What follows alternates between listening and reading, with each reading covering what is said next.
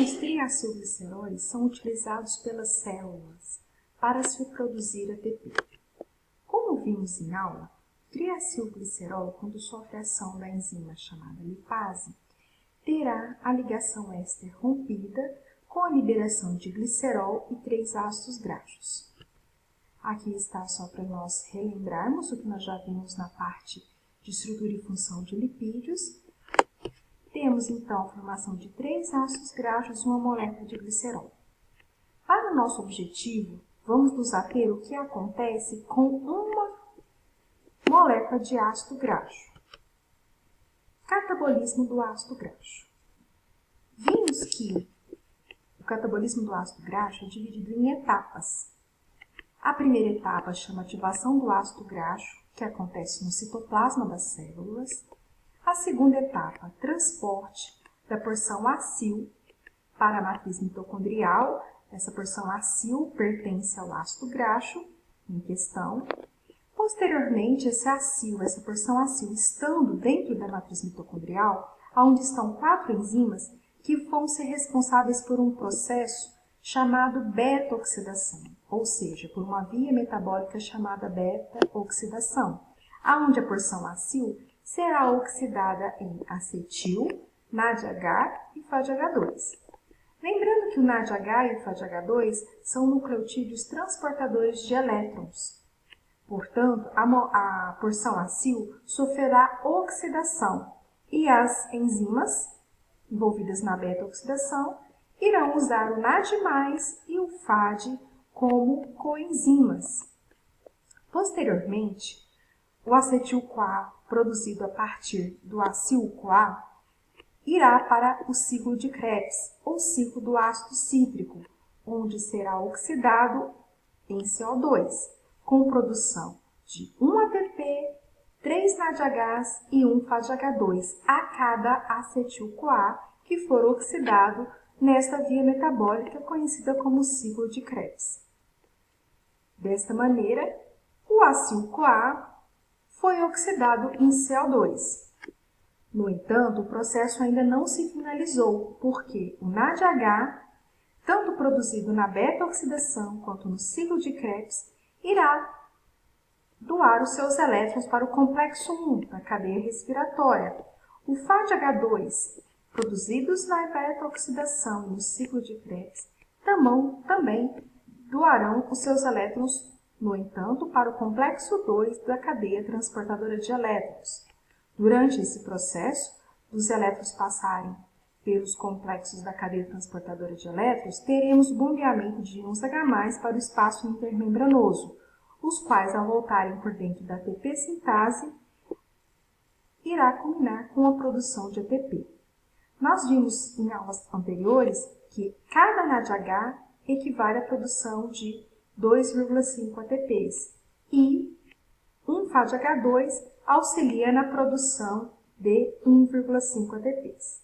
Vamos ver essas etapas mais detalhadamente. Inicialmente, nós temos um trajeto comum para os ácidos graxos, tanto provenientes dos adipócitos quanto da dieta. Quando uma célula está aqui representada por esta linha azul clara, ela está mostrando a delimitação da célula que vai utilizar o ácido graxo como fonte de energia. Então, o ácido graxo, ele vem da corrente sanguínea. Esse ácido graxo da corrente sanguínea, ele estava presente no TAG armazenado no tecido adiposo ou estava no TAG proveniente da absorção intestinal. Uma vez dentro da célula, o ácido graxo chega ao citoplasma, onde sofrerá a ativação, ou seja, a sua porção acil se ligará na coenzima A, formando o acil-CoA, que também é conhecido como ácido graxo ativado. Durante esse processo de ligar a porção acil no nucleotídeo conhecido como coenzima A, para formar acil-CoA, é necessário o gasto de energia, portanto a molécula de ATP vai ser usada no processo de ativação. A molécula de ATP em questão, ela será quebrada até a AMP, com formação de PPI, ou pirofosfato. O pirofosfato sofrerá a ação da pirofosfatase, Portanto, nós temos a quebra de 1 ATP em AMP. Lembrando da aula teórica, nós temos que o ATP foi quebrado, então, em AMP, tendo duas ligações ricas em energia sendo rompidas, o que equivale a dizer, em termos práticos, como se tivesse quebrado duas moléculas de ATP em ADP. Após a formação do acil-CoA, caso este tenha na sua cadeia uma quantidade de carbono de 14 ou mais, ele não conseguirá atravessar a membrana mitocondrial interna, necessitando, portanto, deixar a coenzima A lá no citoplasma e essa porção acil se ligar à carnitina, formando o que nós chamamos de acilcarnitina. A acilcarnitina, agora sim, conseguirá chegar dentro da matriz mitocondrial. Essa etapa, então, quando o acil consegue chegar lá na matriz mitocondrial, para o processo conhecido como beta-oxidação, nós vamos ter o apoio, da molécula conhecida como carnitina.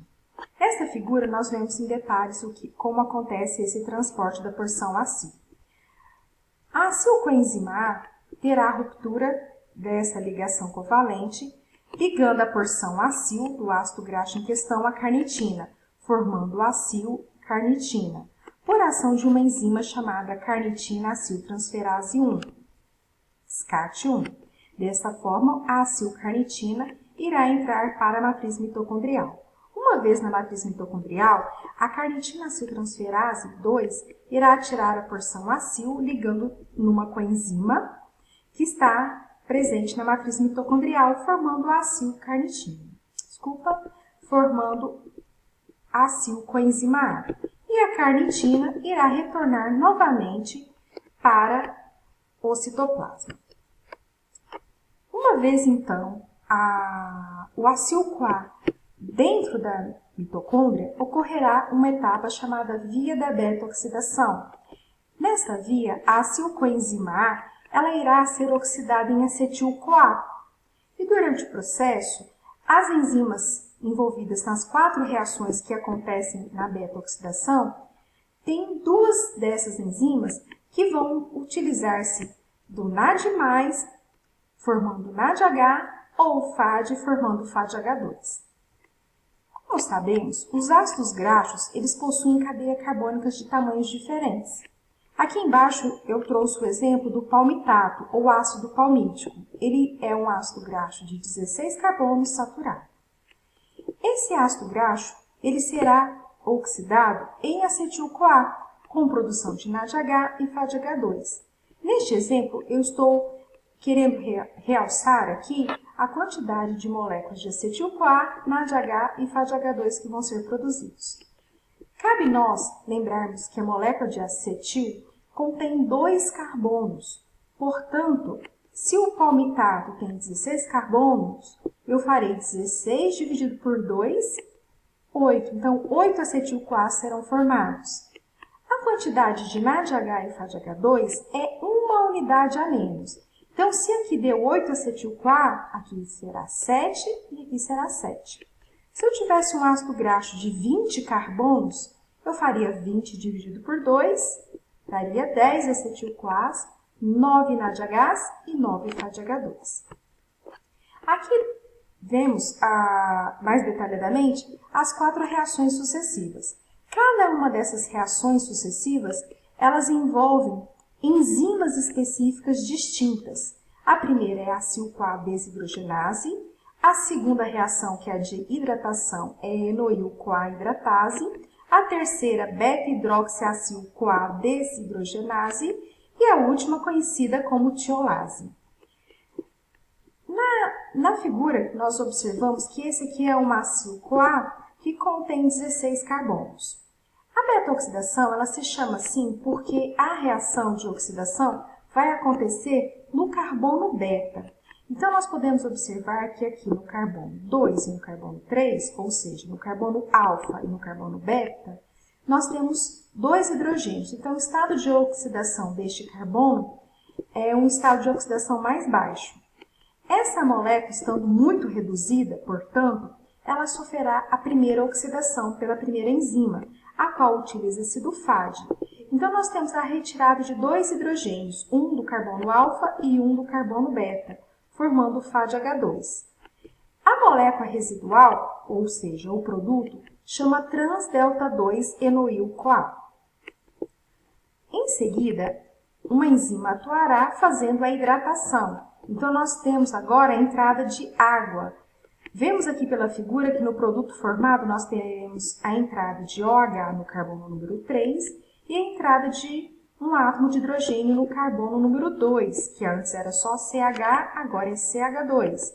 Antes o 3 era CH, agora é CHOH. Posteriormente, ocorrerá uma nova oxidação. No entanto, esta enzima, ela utiliza como coenzima o NAD+.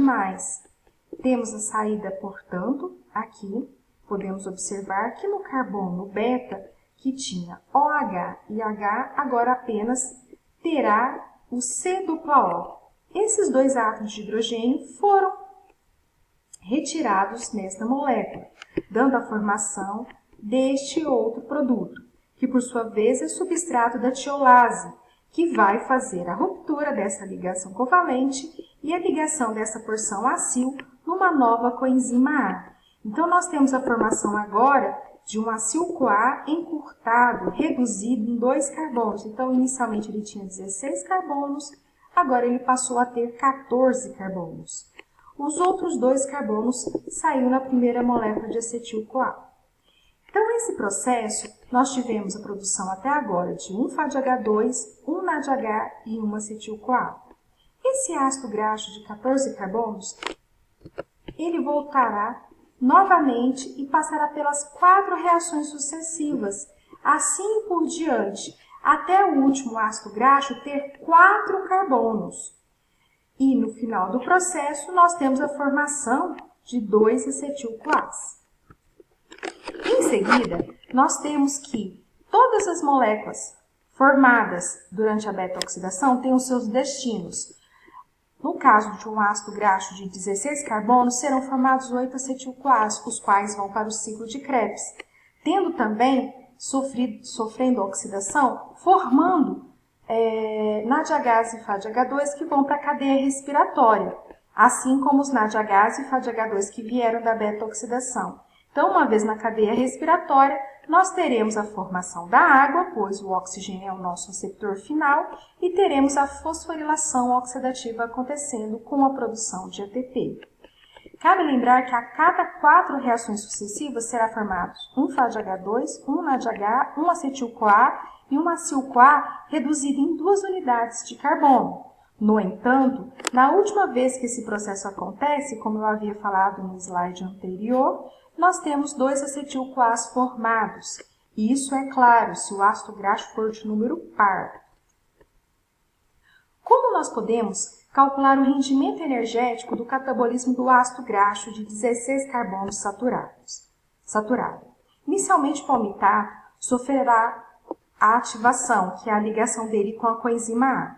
Durante a ativação, nós temos um gasto de ATP, por isso que nós vamos colocar menos 2 ATPs. Posteriormente, o acil-CoA sofrerá a beta-oxidação, sendo transformado por oxidação em 8 acetil-CoAs com 2 carbonos. Lembrando que o acetil tem 2 carbonos. Durante esse processo, nós teremos a quantidade de NADH formado, uma a menos, então será 7 NADHs, que equivalem à produção de 17,5 ATPs, porque 7 vezes 2,5. Teremos 7 FADH2 vezes 1,5, que dará 10,5 ATPs. Esse processo nós conhecemos como beta-oxidação. No entanto, a molécula de acetil-CoA, mesmo não sendo uma molécula fosforilada, ela possui muita energia, por isso que ela será oxidada, então, no ciclo de Krebs.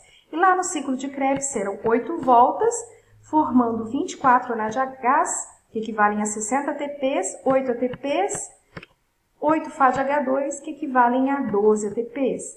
Todos esses somados, esses 8 acetil-CoAs, vão gerar 80 ATPs, o que equivale à somatória de tudo a 108. Se eu descontar os 2 ATPs iniciais, nós teremos 106 ATPs como rendimento líquido